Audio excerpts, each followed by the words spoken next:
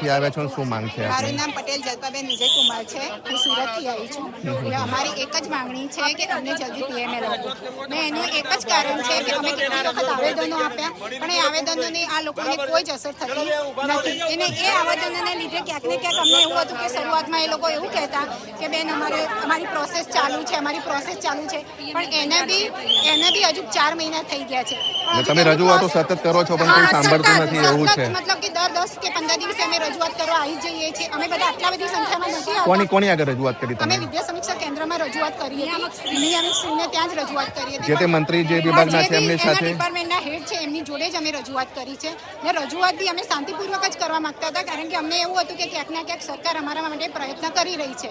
અમે જ્યારે એમને 4થા મહિનામાં એમને ફોર્મ ભરાયા, સબમિટ કરાયા તો એવું હતું કે અમારું પીએમએલ બી આવી જશે ને જલ્દી આની પ્રોસેસ શરૂ થઈ જશે, પરંતુ હજુ 8 મહિના ત્યાં સુધી હજુ પ્રોસેસ કોઈ સ્ટાર્ટ કરી નથી અને પ્રોસેસ સ્ટાર્ટ બી નથી કરી અને કંઈક ના કંઈક એ કારણો બતાવી દે છે કે જેના લીધે અમને એવું લાગે છે કે એ કારણો યોગ્ય નથી. ને જો રીવાબા જાડેજા છે દરેક સ્કૂલોમાં જાય છે ને ત્યાં ભૌતિક સુવિધાઓના વખાણ કરે છે, દરેક વસ્તુઓ બતાવે છે, પણ એ ભૌતિક સુવિધાઓ શું કામની જો તમારા ત્યાં શિક્ષક જ ના હોય તો? એટલે રીવાબા જાડેજા ધ્યાન આપતા નથી તમારા મુદ્દામાં એવું કદાચ કહી શકાય? રીવાબા જાડેજા ધ્યાન આપે છે કે નથી પણ અમારી ભરતીની અત્યારે શરૂઆત નથી કરતા એ જ અમને ત્યાં અમને અન્યાય નડતો દેખાય છે. ને જો સુવિધાઓ હોય ને શિક્ષક ના હોય તો એ સુવિધાઓનો કોઈ જ અર્થ નથી. ને જો પ્રાથમિક શિક્ષણ સગડું હશે તો જ આપણે આગળનું ભવિષ્ય ઉજળું થશે ને એ ભવિષ્યને ઉજળું બનાવવા માટે ક્યાંક ના ક્યાંક આપણે શિક્ષકોની જરૂર પડે છે.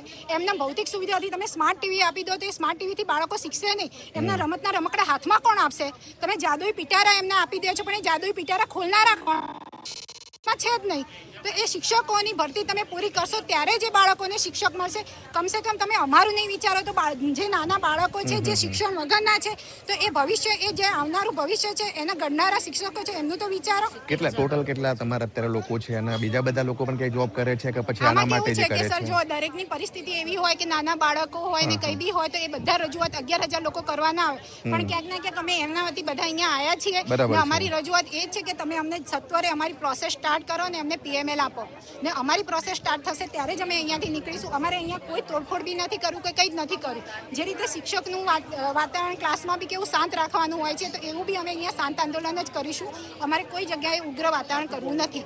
સરકાર કહી રહી છે હાઈકોર્ટમાં મુદ્દો છે કદાચ તો આ મામલે સરકાર રસ્તો કરી શકે એમ છે? તમે કદાચ હાઈકોર્ટમાં તો એમને બાંયધરી પત્રક આપ્યો છે. જે હાઈકોર્ટમાં જે લોકોએ પિટિશન કરી હતી તો એમને પત્રક આપ્યો છે કે આમાં અમે ભરતીમાં અમે દાવેદાર નથી, અમે આગામી ભરતીમાં દાવેદાર છીએ. તો એ લોકોને આ ભરતી નડે છે ક્યાં? જો એમને હાઈકોર્ટે એમને એટલો ચુકાદો ને એમને બાંયધરી પત્રક લખાઈ દીધું છે, આ ભરતીની પ્રોસેસ ક્યાં અટકી છે? એટલે આ તો એવું થયું કે 10-11,000 લોકો રજૂઆત કરી દે છે મહિનાઓથી, સરકાર અથવા તો જે તે વિભાગના મંત્રી રીવાબા છે કોઈ સાંભળતા નથી એવું સાબિત થઈ રહ્યું છે. એટલે હવે જો આપણે રજૂઆત કરીએ અને કોઈ એનો રિપ્લાય નહીં આવે કે એનો કોઈ પ્રોસેસ નહીં થાય તો એવું સમજવામાં આવે કે એ લોકો અમારું સાંભળતા નથી. એને અમે ખુલ્લેઆમ કહીએ છીએ કે તમે સાંભળતા નથી. હવે એવું નથી કે એમના કાન બહેરા છે પણ એમને સાંભળવું જ નથી. આટલી બધી સંખ્યામાં જ્યારે તમને કોઈ આવીને કહે છે કે અમારી પીએમએલ રજૂઆત, લોકો દૂરથી આવે છે, બહેનો નાના બાળકોને લઈને છે, ઘણા લોકો મહીસાગરથી છે, વિજાપુરથી છે, જુદા જુદા વિસ્તારમાંથી લોકો આવ્યા છે અહીંયા. ઘણા લોકો બાળકો હશે એમના મૂકીને આવ્યા હશે. મારે પોતાના 2 બાળકો હું મૂકીને આવી છું. બરાબર છે. વલસાડથી આવ્યા છે આ બેન. આપ ક્યાંથી આવ્યા છો? मैं वलसाडથી આવી છું. ઓકે, એટલે રાતના નીકળ્યા હશો કદાચ ત્યાંથી દૂરથી એટલે રાતના નીકળ્યા ત્યારે અમે અહીંયા પહોંચ્યા છે. બરાબર છે. અમે અમારી રજૂઆત કરવા આવ્યા છીએ. અમે કે એમનેમ નથી કે અમે ભરતીના કેન્ડિડેટ નથી. અમે એક પાસ ઉમેદવારો છીએ કે જે પાસ ઉમેદવારો હોવા છતાં બી અમારે શિક્ષાની કોલ લેટરની એક ભીખ માંગવી પડી છે તમારી જોડે. એટલે ભણ્યા પછી આટલો ખર્ચો કર્યા પછી સરકારની પરીક્ષા લેવાની હતી એટલે એમને એવું એક રીઝન આપ્યું હતું કે અમારે બાળકો શિક્ષકોની જરૂર છે તો તેમને સિલેબસ ચેન્જ કરીને ફટાફટ એક્ઝામ લઈ લીધી હતી. બરાબર છે. એમને તાત્કાલિક ભરતી એટલા માટે કરવી હતી કે એમને ખબર હતી કે શિક્ષકો નથી. તો શિક્ષકો નહોતા અને તમને ખબર હતી તો પરીક્ષાની તૈયારી કરવા માટે તમે ટાઈમ નથી આપ્યો. હવે તમે એમ કહો છો કે હજુ હાઈકોર્ટનું છે, આ છે, તે છે. ને જ્યારે બી અમે કોલ કરવામાં આવે છે ત્યારે અમને એવું કહે છે કે પ્રોસેસ ચાલુ છે, પણ કેટલી પ્રોસેસ હોય આમાં? એટલે આ તો સરકાર એના પોતાના મીન્સ કે ફેસિલિટી પ્રમાણે બધું કરે છે અને તમારું જ્યારે તકલીફ આવે છે, દર્દ આવે છે ત્યારે સાંભળતી નથી એવું થયું ને? તો એક રીતે બધામાં એવું થાય છે છે કે આ બધામાં સફર ફક્ત એ 70,000 બાળકો જે અત્યારે 1 થી 5 ના નાના બાળકો છે ને તે કરી રહ્યા છે. બરાબર છે. 11,000 ઉમેદવારના અભાવે દરેક જગ્યાએ કોઈ ઉમેદવાર પહોંચી શકતું નથી. હજુ જ્ઞાન સહાયક લીધા છે પણ એવી ઘણી સ્કૂલ છે કે જ્યાં એક જ ટીચર છે. એટલે જગ્યાઓ ટૂંકમાં ખાલી છે બહુ બધી જગ્યાએ. જગ્યાઓ બી ખાલી છે, શિક્ષકોની અછત છે, પણ શિક્ષકોની અછત છે તો બી તમે પ્રોસેસ સ્ટાર્ટ નથી કરતા ને. Okay okay okay. 70,000 કઈ કેવું છે? ક્યાંથી આવો છો બેન તમે? હું ભરૂચથી આવું છું. મારું નામ મિત્તલ છે. મારે કહેવાનું એટલું જ છે કે જો તમે જ્ઞાન સહાયક લેવા છે, તમે એવું કહો છો કે અમે જ્ઞાન સહાયકથી સારા ચલવી દઈશું, તો તમે જો જ્ઞાન સહાયક માટે જો અઠવાડિયામાં તમે પ્રોસેસ કરતા હોય કે આ તારીખથી ફોર્મ ભરાશે, અઠવાડિયામાં ફોર્મ ભરાય અને 2 દિવસમાં બધી પ્રોસેસ થઈ જતી હોય, તો વિદ્યા સહાયક માટે કેમ એ પ્રોસેસ નથી થતી? બરાબર છે, બરાબર અમે છે. વર્ષોથી રાહ જોઈએ છીએ ભરતીની અને પરીક્ષા આપ્યા પછી પણ 4-5 મહિના નીકળી ગયા. એટલે આમ તો સરકાર જે ધારે કરી શકે છે, દિવસમાં પરિપત્ર લાવી શકે છે, ભરતી 2 દિવસમાં કરી શકે છે, ભૂતકાળમાં થયેલું છે એવું બધું. તમારે કરાર આધારિત શિક્ષકો લેવા છે, તો પછી પરીક્ષા જ ના લો ને. તમારે કરાર આધારિત શિક્ષકો લેવા છે. પહેલા તમે 1 થી 5 માં જ્ઞાન સહાયક લીધા અને 1 થી 5 માં તમે કહો છો કે ટેટ 1 પાસ હોય તે જ ઉમેદવાર કરી શકે, તો તમે 6 થી 8 પાસ કરેલા લોકોને શા માટે લેવો છો? શા માટે લો છો? શા માટે તમે એસએસ વાળા શિક્ષકોને 1 થી 5 માં લેવો છો? ઇંગ્લિશ હાલ પાછી ઇંગ્લિશની ભરતી પડી છે કે ઇંગ્લિશના શિક્ષકો આવશે, તો શું એ લોકો 1 થી 5 ના બાળકોને ભણાવી તમે શકશે? પણ આ મામલે રજૂઆત કરી સરકારમાં કઈ કઈ? આ તમે જે અત્યારે મુદ્દો જે બોલ્યા છો એ અમે આવેદનો જ આપીએ છીએ ને અહીંયાથી જ રજૂઆત હોય, કારણ કે અહીંયા જ અમારું સેન્ટર છે વિદ્યા સમીક્ષા કેન્દ્ર, ત્યાં જ બરાબર અમારી છે. રજૂઆત, કારણ કે ત્યાંથી જ એક્ઝામ લેવાય છે, ત્યાં જ ડિપાર્ટમેન્ટ સેટ થાય છે, બરાબર. તો અમે આમને રજૂઆત કરીએ તો ક્યાંક ના ક્યાંક એ તો સરકારને કહેતી જ હશે ને કે આ રજૂઆત છે કે નથી. તો બરાબર એમને છે. બી જરૂર હોય ત્યારે શિક્ષકો એમને જ્ઞાન સહાયકથી ફૂલ કરી દીધા, તો પછી શું કાયમી શિક્ષકો એમને ભરવાના નથી? ક્યાં સુધી જ્ઞાન સહાયકોથી શિક્ષણ ચલાવી રાખશે? આગામી રણનીતિ શું છે? કદાચ આંદોલન અત્યારનું છે, નહીં, આટલા આગામી લોકો આવ્યા રણનીતિ છે, આજે અમારી આ જ છે કે અમે જ્યાં સુધી આવેદન નહીં અપાવે ત્યાં સુધી અમે ખસવાના નથી. એટલે આવેદન એ લોકો નહીં લે ત્યાં સુધી. હા, અમે જ્યાં સુધી પીએમએલ જાહેર નહીં કરે ત્યાં સુધી અમે અહીંયાથી ખસવાના નથી. એ અમારું ફાઇનલ ડિસિઝન છે. બરાબર છે. અમે ચાહે અહીંયા 10 વાગે બેસવું પડે કે 12 વાગ્યા સુધી બેસવું પડે, અમે અહીંયા બેસી રહીશું. આપ શું કહેવા માંગો હું છો? 4થી વાર આજે ગાંધીનગર આવી છું. જ્યારે પહેલા વેકેન્સી નહોતી પડી ત્યારે પણ અમે આવ્યા હતા કે વય મર્યાદામાં લોકોની વધી રહી છે, ઉંમર અમારી ઘટી રહી છે, તમે ફટાફટ અમને વેકેન્સી આપો. ત્યારે એ લોકોએ 11,000ની ભરતી તો પાડી દીધી, પણ ત્યાર પછી કોઈ પ્રોસેસ જ નથી થતી. ખાલી એ લોકોએ જિલ્લા પંચાયતની ચૂંટણી હતી એ બતાવવા માટે, કદાચ સ્થાનિક સ્વરાજ્યની ચૂંટણી માટે બતાવવા માટે કે અમે આટલી જગ્યાઓ પાડી છે, અમે આટલી જગ્યા પર શિક્ષક લઈશું. જો એમની ઈચ્છા હતી જ કે જૂન મહિનામાં શિક્ષકો લેવાના છે, તો પછી આટલી બધી રાહ કોના માટે જોવડાવો છો? બરાબર છે, તમને બરાબર. ખબર છે કે આપણા ગુજરાતમાં 17,000 શિક્ષકોની ઘટ છે, તો પછી 17,000 શિક્ષકોની સામે તમે 11,000 શિક્ષકો લેવાના જ છો, તો હજી કોની રાહ જોઈ રહ્યા છો? હવે તો તમે પીએમ હાઈકોર્ટમાં બાંયધરી પત્રક તમને આપી દેવામાં આવ્યું છે ને એ લોકોને ભરતીની ક્યાંય પ્રોસેસ અટકતી નથી. મિત્રો આમ તો જોવા જઈએ તો આ લોકો ઘણી ધવલભાઈ કરીને આવી ગયા છે, એમની સાથે વાત કરીએ પછી આગળની વાત કરીશું. ધવલભાઈ, શું રજૂઆત છે આપની? ક્યાંથી આવો છો આપ? હું વિસનગરથી આવું. મારી રજૂઆત એવી છે કે ભારતના ઇતિહાસની અંદર એવો આ પહેલો કિસ્સો હશે કે જે ફેલ થયેલા કોર્ટની અંદર જોય અને કોર્ટના કહેવાથી એ લોકો નોકરી માટે ફોર્મ ભરે, બરાબર. એ કોર્ટના હું કાલે MBBS મારે કરવું છે, ગવર્મેન્ટ નોકરી લેવી છે, તો હું કોર્ટની અંદર રીટ કરીશ, બરાબર. તો એ કોર્ટ મને કહેશે તો આ શક્ય છે? શિક્ષણના ઇતિહાસમાં પહેલી વખત આવું ક્યારે ના હોવું જોઈએ. MBBS ની ડિગ્રી જે પાસ હશે એને ડોક્ટર બનવા નહીં આવે. એટલે એવું જ તમારી સાથે થઈ રહ્યું છે એવું કહી શકાય એમ. એના કારણે અમારી સાથે ફેલ કેન્ડિડેટને સપોર્ટ કરવામાં આવે છે. 2 માર્ક્સ માટે રહી જોઈએ. બરાબર. હાયર સેકન્ડરી ની અંદર હું કદાચ 2 માર્ક્સ માટે રહી જોઈએ, બરાબર છે. તો હું કોર્ટની અંદર રીટ કરીશ. રીટ કર્યા પછી જો કદાચ કોર્ટે મને બરાબર અંદર છે. મંજૂરી આપી તો આ વસ્તુ અશક્ય. પણ શિક્ષણ બાબતે આ જ મોટો પ્રશ્ન જો ક્યારે ના હોવું જોઈએ. ખોટાને પાસ કરવા આપ શું માટે કહેવા પાસ માંગો છો? ઉમેદવારોને બોલો બોલો, આપ શું કહેવા માંગો છો? સરકારને શું હું રજૂઆત નરેન્દ્ર છે? મોદી પીએમ મોદી સાહેબ સુધી એ સંદેશો બધા મીડિયા દ્વારા પહોંચાડવા માંગુ છું કે તમે વિકાસની વાતો કરો છો ત્યાં ઉપર દિલ્હીમાં, તો તમારા ગુજરાતમાં શું વિકાસ કે કશું વિકાસ દેખાતો નહીં. અમારે શિક્ષણ બાબતે આપણા કરતા પંજાબ બિહાર આગળ નીકળી આગળ ગઈ છે, છે, હા, તો બરાબર આપણે છે. એના પાછળ છીએ. અત્યારે- અને અંદરથી અહીંયા ફોન કરીએ ને અમે VSK માં, તો અમને એ જ જવાબ આપવામાં આવે વેબસાઇટ જુઓ. 4 મહિનાથી અમે વેબસાઇટ હા, જોઈએ. તો દરરોજ તો એટલું માણસ પીના હોય કે અત્યારે દરરોજ જે વેબસાઇટ આપણું સર્ચ કરે ને આ બધું કામ કરે, શિક્ષણ એવું કહી શકાય. અને આ ભારતમાં 100 વાર જોઈએ હું છે. પોતે 2023 માં પાસ હતી.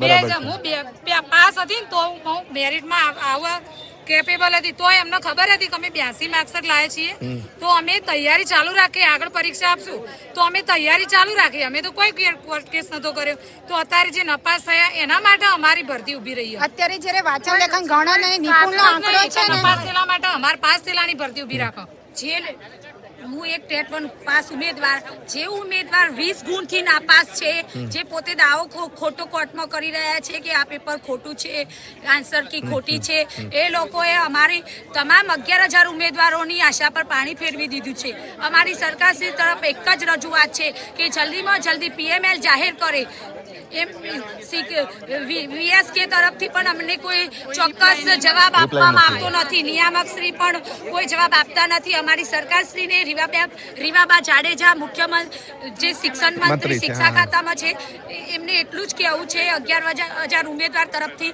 કે અમને કોઈ ચોક્કસ ભરતી વિશે ચોક્કસ જવાબ આપે આમ તો રીવાબા થોડા સમય પહેલા છે ને આમ તો મહિલાઓની સુરક્ષા મુદ્દે કંઈક બોલ્યા હતા બરાબર છે ટ્વીટ કર્યું હતું પછી સામે એવું આવ્યું હતું ભાઈ મહિલાઓના કોઈએ આંકડા બતાવ્યા હતા કે મહિલા સુરક્ષામાં ગુજરાતમાં તકલીફ છે ને અહીંયા મોટા ભાગની મહિલાઓ છે હું માનું છું તો રીવાબાને તમારે શું કહેવું છે રીવાબાને શું કહેવું છે આટલા બધામાંથી 5 જણા તમારી કેબિનમાં આવી તમને વાત કરે છે તો અમને એવો જવાબ મળી જાય છે કે કોર્ટ મેટર તો શું કોર્ટમાં કોઈ કીધું છે કે 11,000 પાસ ઉમેદવારની ભરતી ના કરશો તમે એ 11,000 તો ન્યાય આપો તમે 700 જણા ફેલ છે એમના માટે થઈ આ 11,000 આટલી બધી પબ્લિક આવી છે નપાસ થયેલા માટે આખો ઇતિહાસ જેમ રોજ કે છે ઐતિહાસિક ભરતી તો ઐતિહાસિક ભરતી તમે બનાવો છો ને ખાલી અમને જાહેરાત આપી દીધી કે 11,000 ની ભરતી તો રીવાબાને મારે એટલું કે તમે એ ખુરશી પર પહોંચ્યા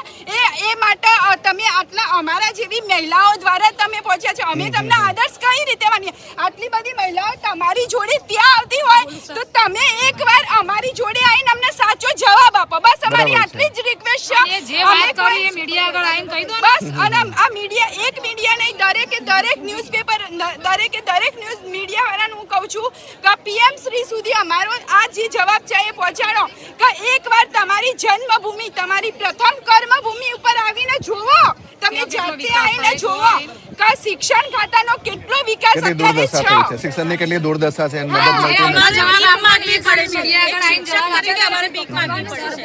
એક મહિલા માટે કેટલું મુશ્કેલ છે પરીક્ષાની તૈયારી કરવી ઘર બાળકો બધું સાચવીને અમે સાથે પરીક્ષાની તૈયારી તમારા સંતાનો હશે એટલે સંતાનો મૂકીને આવ્યા છે બધા જ્યારે રીવાબા એમ કહે છે